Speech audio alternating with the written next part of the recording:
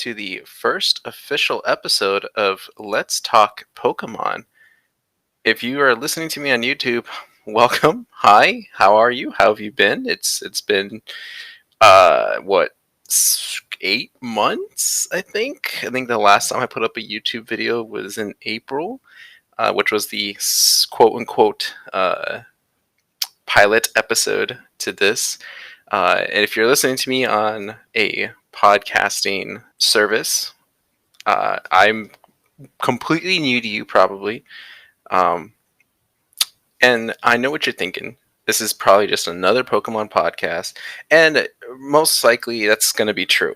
If we really break it down, right? If you've listened to Pokemon long enough and you've watched YouTubers long enough, it comes down to either they do box openings on YouTube, they talk about mainly the video game on podcasts, or mainly the card game, or they cover the news.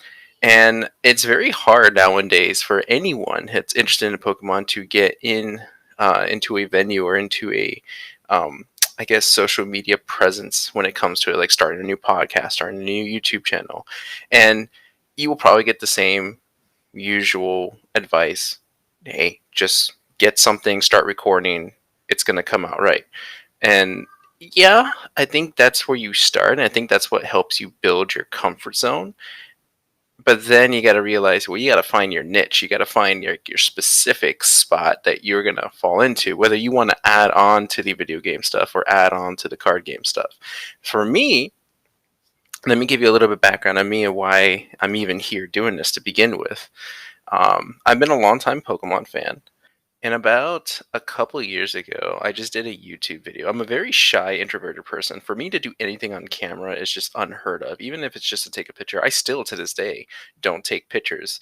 I don't like taking selfies. It's just not my thing. It just makes me feel uncomfortable.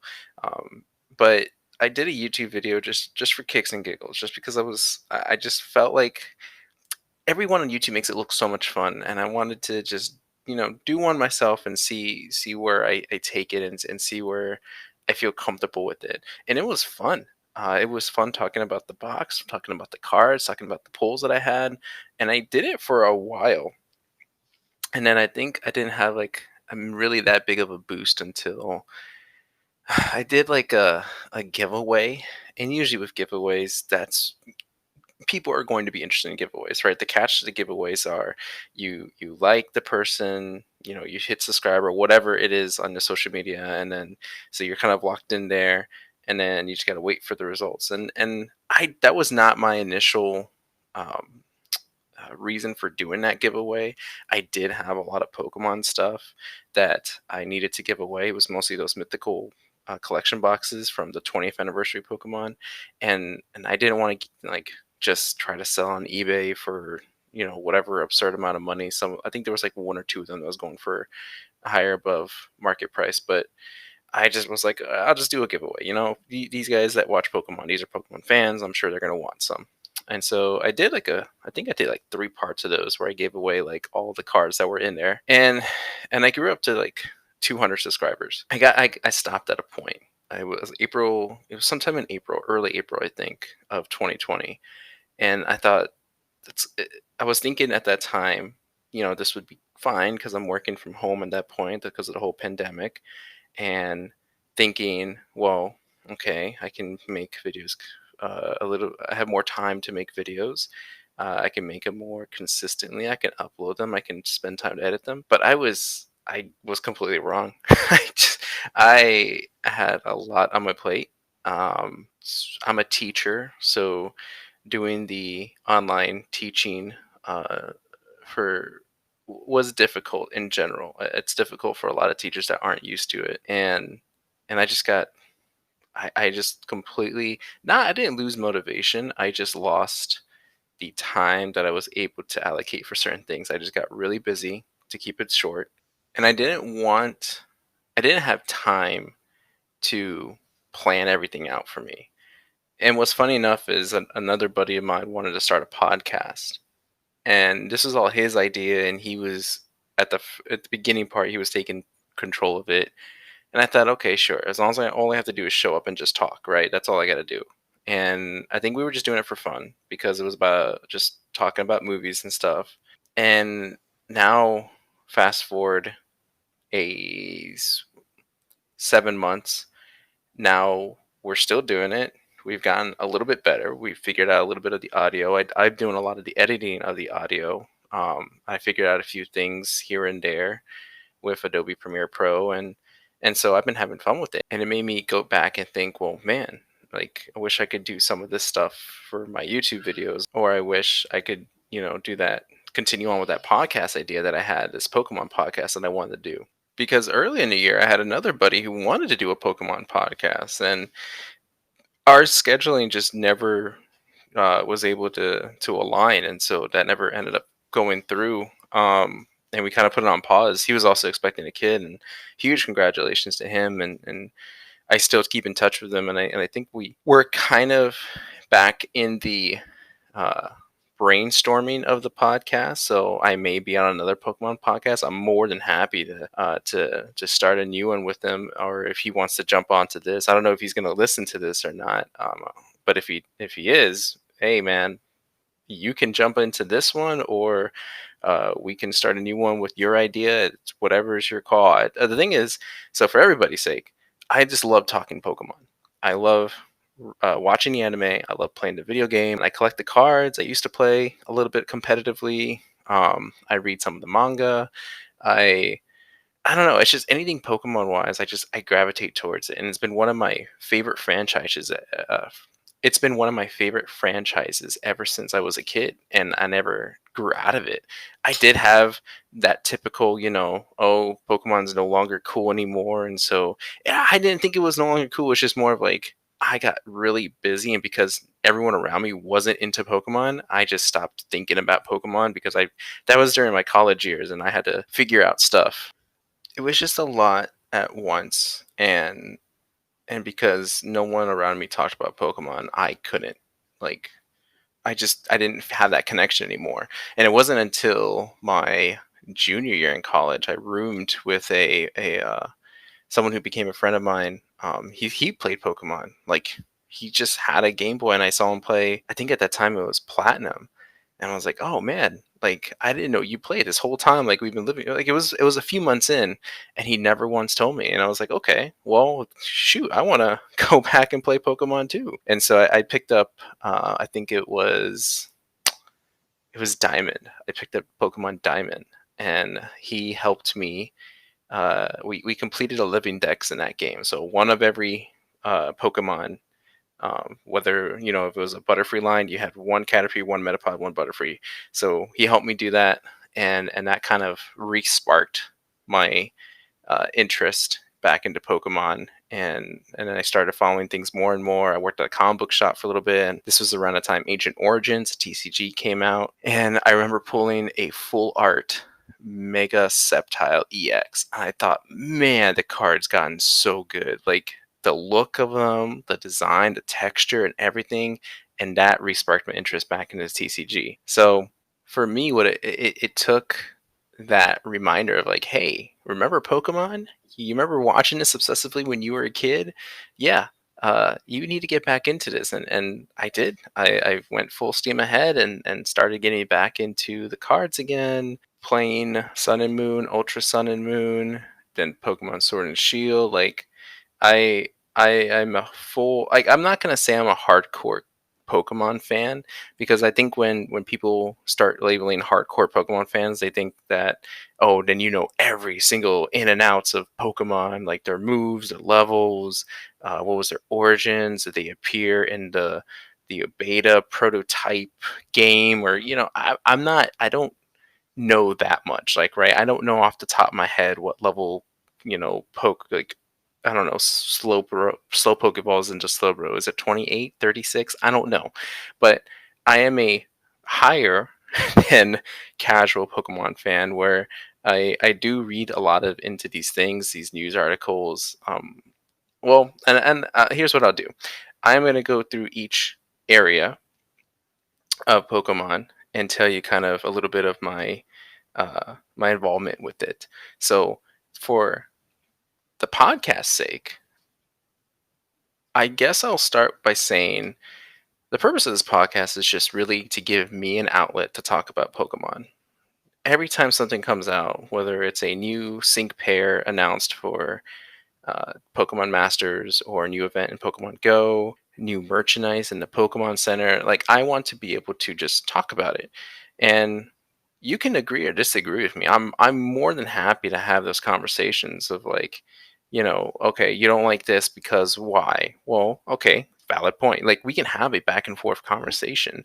And if you do like the same things I do, great, let's help each other out. Like, how do I get this sync pair to be stronger? Or how do I, what's my best way to shiny hunt a Vanillite in Sword and Shield? I don't know why I said Vanilla. It was the first thing, maybe because of Pokemon Go, but you get the drift here. So, do I have a particular structure for this? In a way, I kind of do.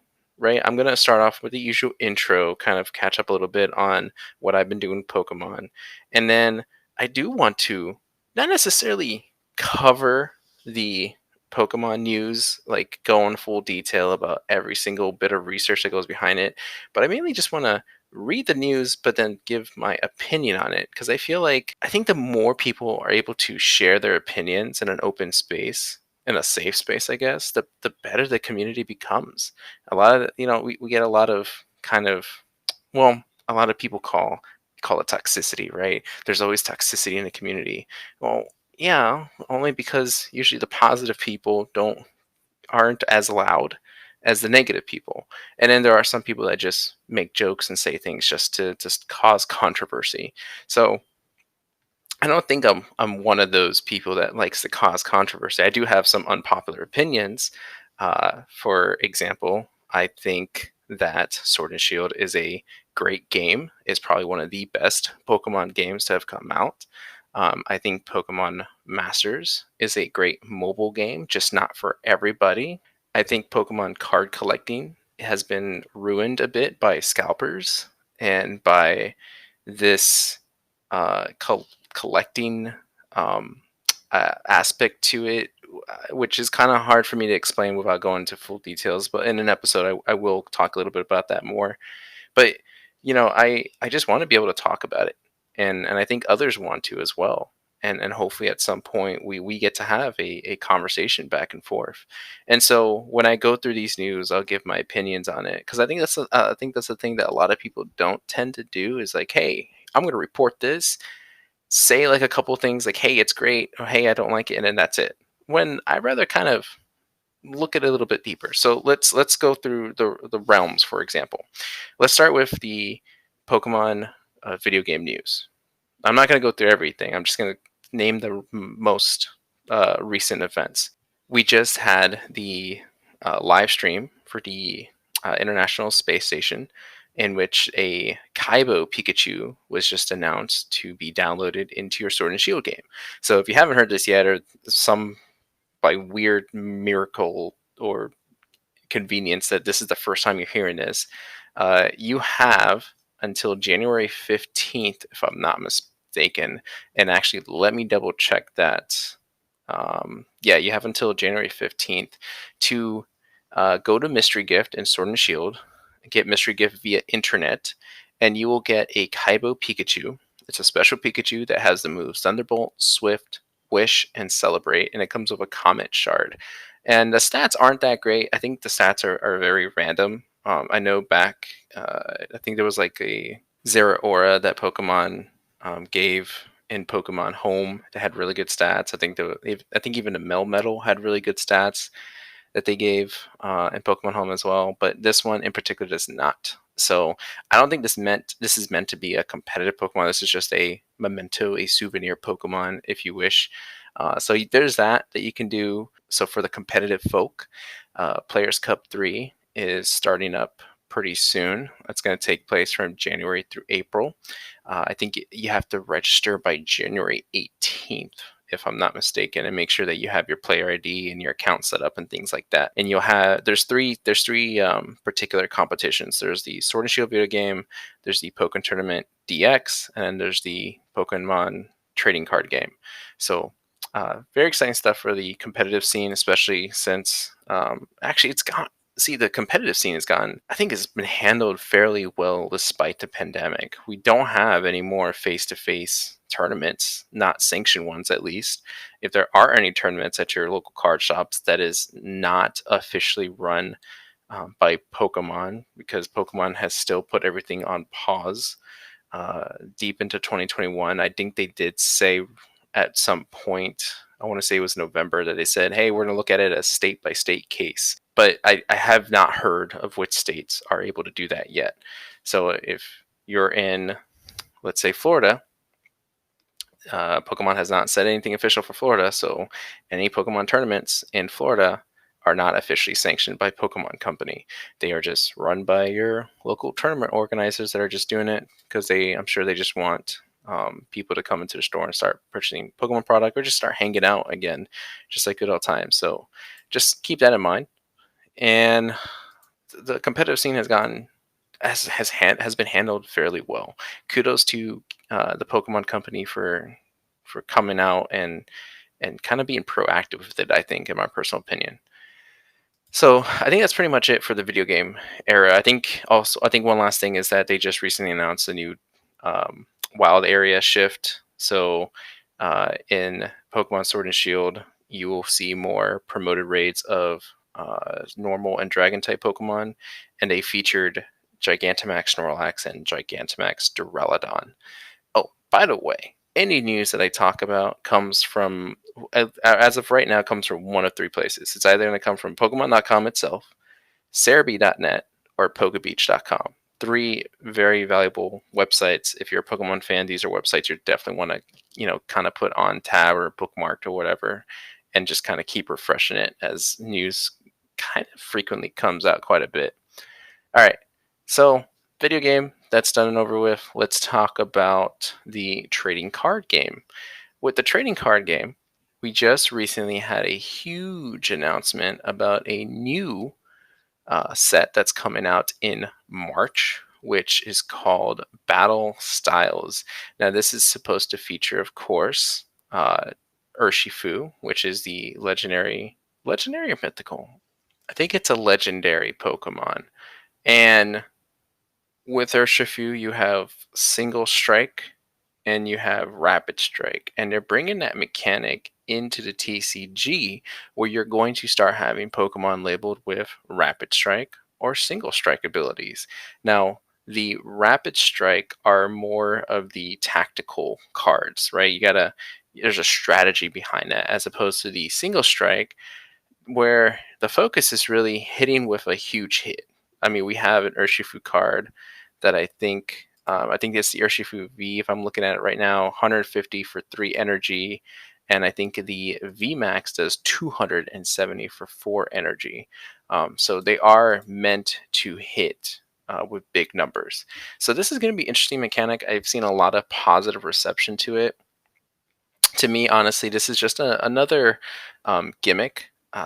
They do this all the time with Pokemon. There's always some sort of new mechanic that they want to introduce with a new era of Pokemon cards, and this just happens to be it for Sword and Shield. We've had Gigantamax, we've had tag teams, we've had break cards, Ultra, not Ultra Prisms, but it was introduced in Ultra Prism cards, and so with this, it looks cool. Like you do get like a stamp, like not a stamp, but like a little logo in the top right corner of the card that says Rapid Strike or Single Strike, and it does make it give it a little bit more of an edge to it. But we'll see how the mechanic actually plays. Like I said, I think a lot of people are looking forward to this. I just don't know how successful it's going to be. I'm just glad that Empoleon got a V card finally, and he's labeled as a Rapid Strike. So I'll be very interested to see where he goes. If I haven't said it yet, I'm a huge sucker for water Pokemon. Anything water related, I'm all for it. And so to answer probably the most common question any Pokemon fan gets, what's your favorite Pokemon? Squirtle. Squirtle's always going to be my favorite Pokemon. Squirtle, Wartortle, Blastoise, that whole evolutionary line. All right, also in the TCG realm, we have Shining Fates coming up, and that is it's not the 25th anniversary set, but it is a special set that is going to be released in February 20th, if I'm not mistaken, at least around the same time as the Pokemon 25th anniversary. And it's just like the previous sets that we had, like Hidden Fates, right now Champion's Path. There's Shining Pokemon in it, and it is going to be very hard to find because you're gonna have to beat most likely scalpers, and they're already not printing a whole lot right off the bat. They're releasing product in waves, and so because of the low stock that some stores get already, it's just gonna be just that much harder to find. And well, we'll talk about Shiny Fates a little bit more probably in the later episodes. They release more and more news about her as it gets closer and closer to late February. But it is a very exciting set. It is a very large set also, and so I will definitely be keeping an eye on it. Pre-orders for some places have already gone up, and they've already been sold out within seconds, minutes, I think, and it's just a hot mess with that. But we shall see where it goes from there. All right, now into the mobile news. Um, Pokemon Masters just had a Pokemon Masters just released two new sync pairs, Lance and Gyarados, and Lily and Ribombee. Now, usually with sync pairs, right, well, actually, I don't know what the logic is behind it, but they do match up Pokemon fairly well to certain sync pairs. So Lance and Gyarados makes sense. I'm all for it. I will tell you initially I liked it. I was like, cool, I have enough gems. I'll do one pull. I did a 10 pull, well, 11 pull now.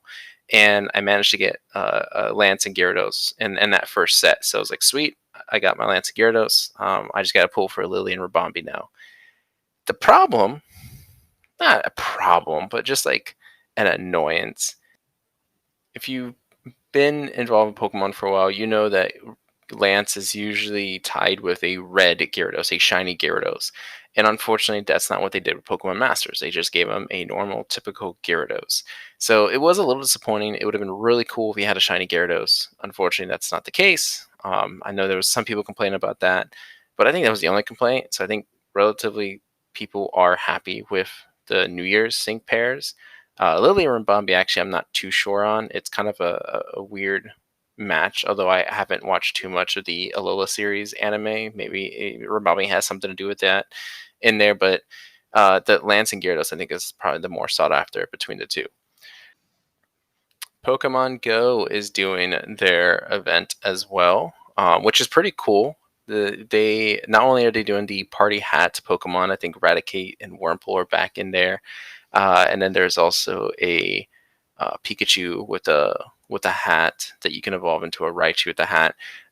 The coolest thing that they've done with this one is that they've added it's another hat or costumed Pokemon. It's a Slowpoke wearing 2020 glasses. However, you can actually evolve this Slowpoke into a Slowbro, and it would be wearing 2021 glasses, which I thought was like the glasses themselves don't look that great, but the idea alone is great, and I'm all for it. And it's been fun. I haven't caught any shinies yet in this event. I've only caught a few Slowpoke and a few Pikachu here and there, but I haven't been able to do much with Pokemon Go. I've been mostly home the whole day, so I haven't been able to walk around and try to catch Pokemon. But hopefully, eventually, I will find those shinies. If not, hey, I'm all for the 2020 Slowpoke and the 2021 Slowbro. I think that was a really cool idea. Now, other than that, as far as mobile wise, Pokemon doesn't really have much. They used to have Pokemon Rush, and that's been gone. They have Magikarp Jump, which I don't play. I think I played it for like a day, and then it wasn't my thing, so I stopped it. They have Pokemon Cafe, which I need to kind of start playing because I just want the Score Bunny. They brought back Score Bunny. They're bringing back all the Galar starters actually: Score Bunny, Grookey, and Sobble. And I think for a week or so, you have the chance to get Score Bunny, and so I gotta play to get that. And then there's Pokemon Home, which I go in once in a while, just to accept the transfers that I do from Pokemon Go, and that's pretty much it. But I didn't want to bombard this episode with just going into detail of every bit of news. I just wanted to kind of briefly go through the main categories and just give my opinions on them. There is going to be an anime section where I will talk about Pokemon Journeys. I've watched all the episodes that have been released so far on Netflix, and then there will probably be, I guess, a section where I talk about an unpopular opinion about Pokemon, at least an unpopular opinion of mine, and just kind of see if that conversation is carried out and reason my way through it. Maybe I change my mind at the end of the conversation or not. Again, I just wanted to talk Pokemon, and that's the whole basis of this podcast, of this mini series. Actually, I don't know how long the episodes are going to be. They could be from 30 minutes, they could be up to an hour. It just depends on where the conversation goes. And so there you go. That's the outline. That's the structure. I mean, this first episode is going to be really short, just because again, I didn't want to bombard. I just wanted to kind of get it started. What better, you know, way to start than on January 1st on a brand new year that's leading up to Pokemon's 25th anniversary. I think this is a prime opportunity to do so, and I wanted to stop finding excuses and just do it. And eventually I'm going to get better. This is not something that I'm going to be great at overnight. And this episode might come out really, really rough and horribly edited, but I it's part of the learning curve, right? You gotta make mistakes, you gotta fail in order for you to learn and get better. I think that's the only way to go about it. So there you go. Hopefully you guys like the idea. Hopefully you guys are all for it. I do have social media presences. That's a thing that was weird to say, but I do have an Instagram account. I do have a Twitter account. You can find me at Spartan Strike 07.